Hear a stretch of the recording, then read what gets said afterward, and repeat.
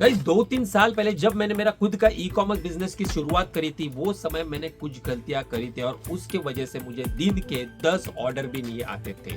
और आज की तारीख में ना उसमें से एक मेजर गलती है ना जो हर एक नया सेलर करता है। वो कौन सी गलती है, आज मैं आपको डिटेल में समझाने वाला हूँ।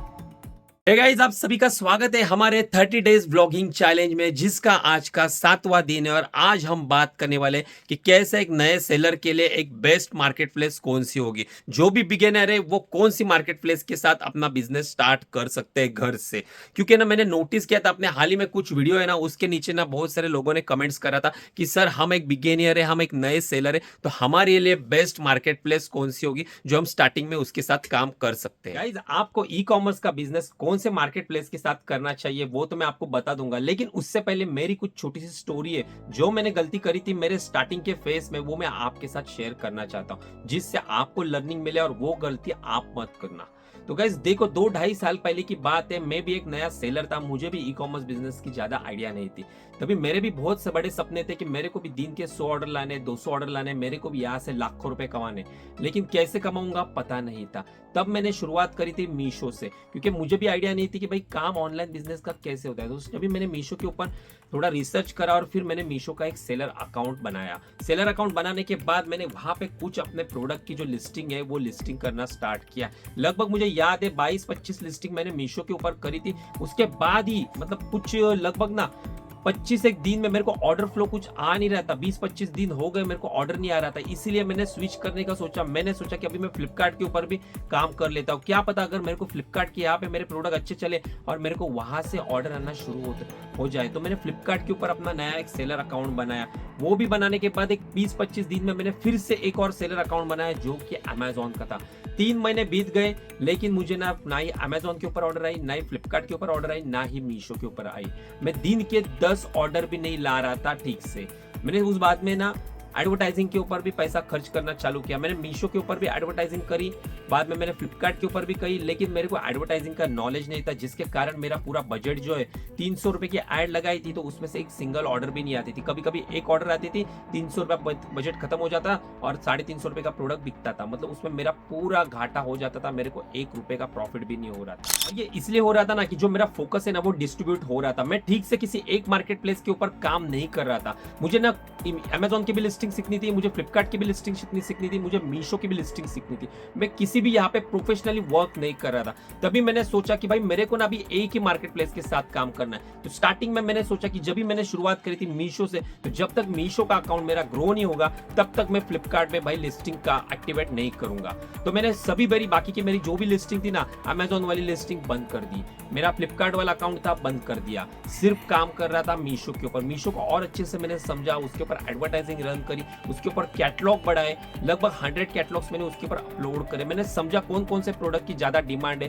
बाद में धीरे धीरे मेरे ऑर्डर ग्रोथ होने लगे और वो मैंने नोटिस करा। मेरे जब जहां पे दिन के 2 ऑर्डर नहीं आते वहां पे मेरे दिन के 22-25 ऑर्डर आना शुरू हो गए। तो वो मैंने भाई धीरे धीरे करके ग्रो हुआ और जब मैंने 80-90 ऑर्डर्स चालू हो गए तब जाके मैंने फिर फ्लिपकार्ट के ऊपर मेरी कुछ लिस्टिंग एक्टिव करवा ली।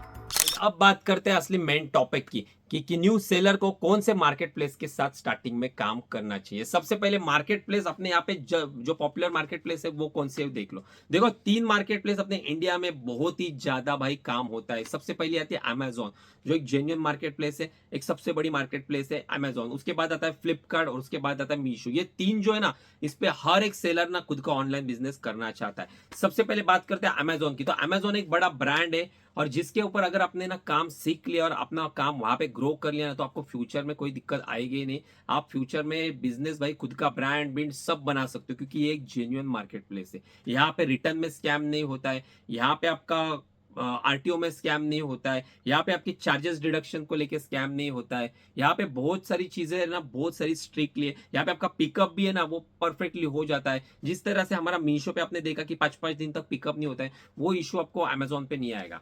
तो ये काफी मतलब तगड़ी मार्केट प्लेस है। अगर आपने यहाँ पे काम कर लिया ना तो भाई आपकी जिंदगी बन गई, समझ लो। लेकिन इसके बाद आता है भाई फ्लिपकार्ट। इसके बाद 2 नंबर पे फ्लिपकार्ट आता है। फ्लिपकार्ट भी एक अपना इंडियन स्टार्टअप था, हालांकि अभी वो वॉलमार्ट ने खरीद लिया है। मतलब ये भी यूएस कंपनी हो गया, अमेजोन भी यूएस कंपनी हो गई। तो ये भी एक बेस्ट मार्केट प्लेस है। इसमें एज कंपेयर टू ना अमेज़न ये थोड़ी-सी नीचे, क्योंकि यहाँ पे कुछ-कुछ जगह पे आपको स्कैम होता है। ज़्यादा नहीं होता है, लेकिन थोड़ा बहुत स्कैम होता है फ्लिपकार्ट के ऊपर। अगर आप यहाँ पे भी अगर काम सीख लोगे तो ये भी एक फ्यूचर के लिए अच्छी है। उसके बाद आता है तीसरा अपना भाई मीशो वाला भाई, जो तो आओ जाओ घर तुम्हारा है। यहाँ पे स्कैम तो आप पूछो ही मत, यहाँ पे हर चीज में स्कैम होगा। यहाँ पे कोई रिटर्न पॉलिसी नहीं है। आप कोई भी चड्डी बेचोगे तो वो चड्डी पहन की फटी हुई चड्डी आपको रिटर्न आ सकती है। यहाँ पे इथिक्स नाम का कोई चीज है नहीं। यहाँ पे सिर्फ जो बात होती है वो सिर्फ कस्टमर की बात होती है। जो मीशो के कस्टमर है, मीशो उन्हें सेटिस्फाइड करने में लगा है। मीशो को उन सेलर की कोई पड़ी नहीं है, उनके वेंडर की कोई पड़ी नहीं है। बहुत सारे यहाँ पे आपको क्लेम जो है वो रिजेक्ट हो जाते हैं आपके। बहुत सारे रॉन्ग रिटर्न, फेक रिटर्न आपको मीशो पे मिलेंगे एज कंपेयर टू करोगे अमेजॉन फ्लिपकार्ट पे, तो बहुत ज्यादा हाई रेशियो है मीशो का। इंपॉर्टेंट थिंग कि आपको कौन से मार्केट प्लेस के साथ काम करना चाहिए स्टार्टिंग में। तो देखो गाइज ना, स्टार्टिंग आप बिजनेस की कर रहे हो तो आपको फ्लिपकार्ट या मीशो, ये दो मार्केट प्लेस को आपको सिलेक्ट करना चाहिए। आप एक तो फ्लिपकार्ट के साथ जाओ या फिर मीशो के साथ जाओ। अमेजॉन के साथ मैं इसलिए नहीं बोल रहा हूँ क्योंकि ये ना बहुत ही टफ मार्केट प्लेस है, और यहाँ पे जो इसका क्राइटेरिया है ना बहुत ही स्ट्रिक्ट है। मतलब जैसे अभी आप समझो आपने ई कॉमर्स बिजनेस का काम तो स्टार्ट कर लिया, स्टार्टिंग में अपने पास स्टॉक नहीं रहता, लेकिन अपन क्या करते हैं 10 20 30 स्टॉक अप कर देते हैं। हमें पता भी नहीं चलता कभी ऑर्डर आएगी और कभी स्टॉक आउट हो जाएगा, और फिर भी ऑर्डर आ जाती है। तो वो केस में ना, अगर आपके पास स्टॉक नहीं रहेगा और अगर आपके पास अमेजॉन के ऑर्डर आ गएगा, फुलफिल नहीं करोगे ना, तो आपके ऊपर चार्जेस लगते हैं कैंसलेशन के। वो कैंसलेशन चार्जेस फ्लिपकार्ट के ऊपर नहीं लगते, मीशो के ऊपर नहीं लगते। दूसरी बात, अगर आप लेट डिस्पैच करोगे, आप कहीं बिजी रहोगे, आप जॉब कर रहे हो और आपको पता ही नहीं कभी ऑर्डर आया, आपने सुबह में एक्सेप्ट करना ही भूल गए, तो वहां पे आपको लेट डिस्पैच मार्क लगते हैं अमेजॉन के ऊपर, जिसके कारण ना स्टार्टिंग में आपका अकाउंट ब्लॉक भी हो सकता है। यहाँ पे अमेजॉन के ऊपर छोटी से छोटी गलती भी आपका अकाउंट सस्पेंड कर सकती है। ये इतना स्ट्रिक्ट है ना कि आप थोड़ी सी भी गलती कर लोगे ना, बाद में आप कितने भी टिकट रेज करो, अगर अमेजोन ने अकाउंट सस्पेंड कर दिया ना, तो बाद में आपका अकाउंट कभी जिंदगी में एक्टिव नहीं होगा।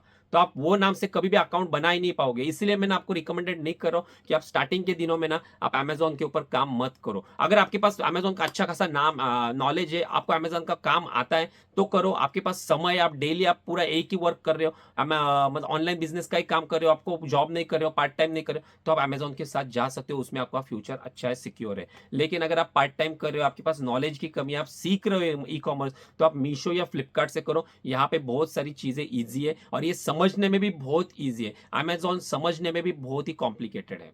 एक और मजेदार बात आपको अमेजोन की बता देता हूं। जब भी हम ना प्रोडक्ट अपलोड करते हैं तो वहां पे वेट का कॉलम रहता है सभी मार्केट प्लेस पे। तो हम नॉर्मली क्या करते हैं, वेट कम डालते हैं, जिसके कारण हमें शिपिंग चार्जेस भी कम लगे। तो ये ना मीशो के ऊपर चलता है, अमेजोन के ऊपर भी चलता है, फ्लिपकार्ट के ऊपर भी चलता है। लेकिन जब मार्केट प्लेस आइडेंटिफाई करते हैं कि आप 1 kg का जो प्रोडक्ट है उसे आप 500 kg में, 500 ग्राम में बेच रहे हो, तभी ये मीशो और फ्लिपकार्ट वाले क्या करते हैं, आपका जो वेट है ना वो अपडेट कर देते हैं, और बाकी आपको फिर आगे से 1 kg का चार्ज लगता है। लेकिन वही अगर ना आपकी गलती 2 साल के बाद भी अमेजोन ने पकड़ ली ना, अमेजोन को पता चल गया कि ये भाई शाना है, ये 1 kg का प्रोडक्ट 500 ग्राम में बेच के शिपिंग फी चोरी कर रहा है, तो वो क्या करेगा पता है, आपका वेट तो अपडेट कर लेगा, लेकिन साथ में उससे पहले अपने 2 साल में जितने भी पार्सल डिस्पैच करे ना, उसकी सबके ऊपर पेनल्टी मार देगा आपको। जितने भी 500 ग्राम से एक्स्ट्रा जो चार्जेस लगे ना, वो सब आपकी पेनल्टी रिकवर करेगा। भले आप में उसमें लॉस में भी चले जाओ, आपके प्रोडक्ट आप 50 रुपए प्रॉफिट पे बेच रहे हो क्योंकि आपको 500 ग्राम्स का वेट लग रहा है, और अगर वहां पे अगर 1 kg हो गया तो वो ऊपर से 70 रुपए बढ़ गए,